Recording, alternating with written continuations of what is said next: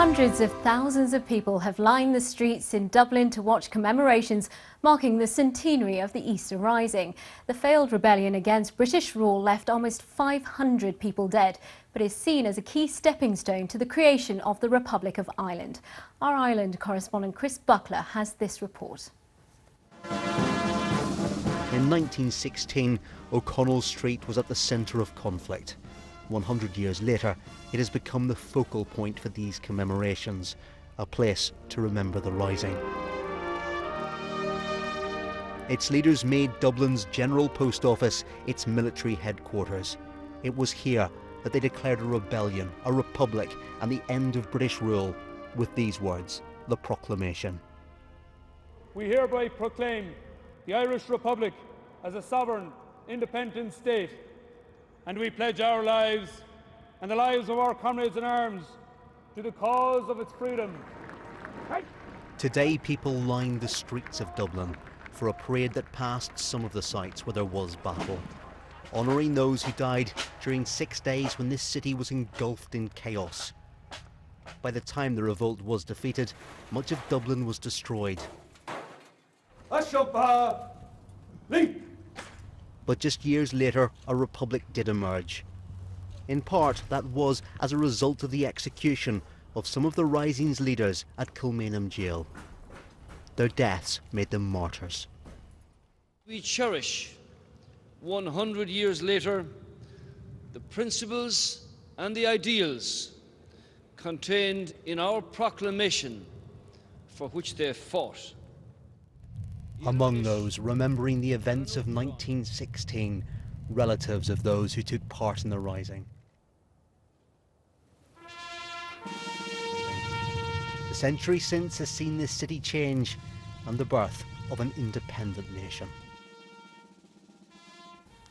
Well, correspondent Nuala McGovern was in Dublin where commemorations were taking place.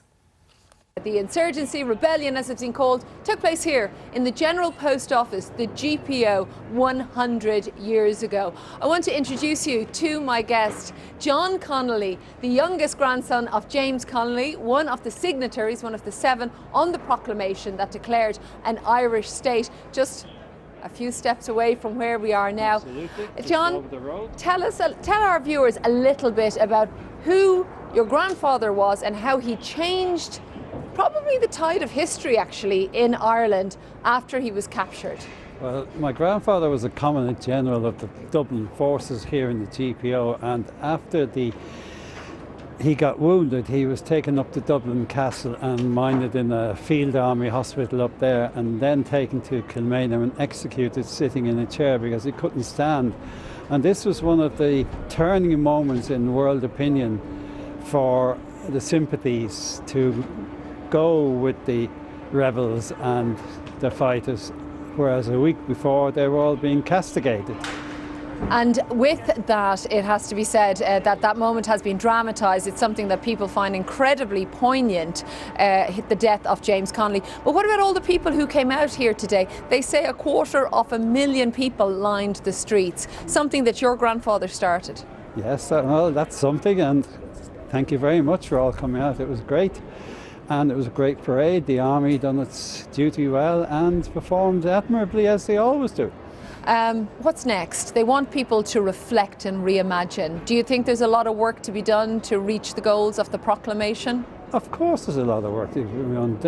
Democracy is a work in progress. And you just have to go step by step, and we'll get there eventually. Tonight you are going to Dublin Castle, which is also just up the road, which was the seat of British rule at one point, but tonight? It's the seat of Irish rule. And you will? Be there. Yes, and what, it's a state function for descendants of? Yes, indeed, yeah. Okay, great. Well, thank you very much for speaking to us. John Connolly, one of the grandsons of James Connolly, one of the signatories that all took place here 100 years ago. Ireland will continue to commemorate the events, actually in the days and months to come, but tomorrow very much for the public, and taking a look at the culture, be literature, readings, all around the seminal moment in Irish history. Nuala McGovern reporting. Hundreds of thousands of people lined the streets of Dublin for commemorative events marking the centenary of the Easter Rising today. The failed rebellion against British rule in 1916 left almost 500 dead and eventually paved the way for the creation of an independent republic. Our special correspondent Fergal Keane reflects on the day's events.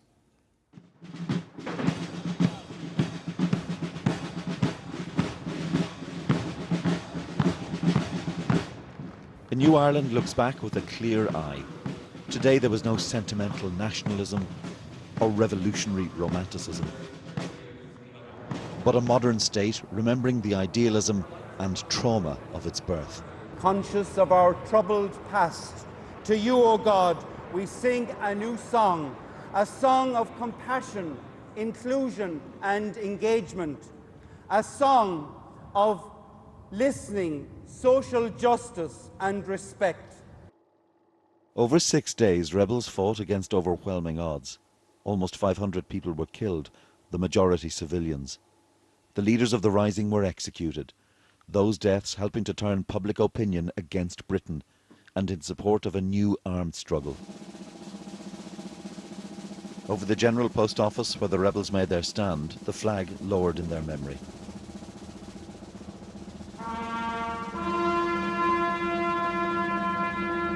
"5,000 relatives of those who fought were invited here. John King's 3 granduncles fought with an Irish rebel contingent from Liverpool. My feelings are quite complex.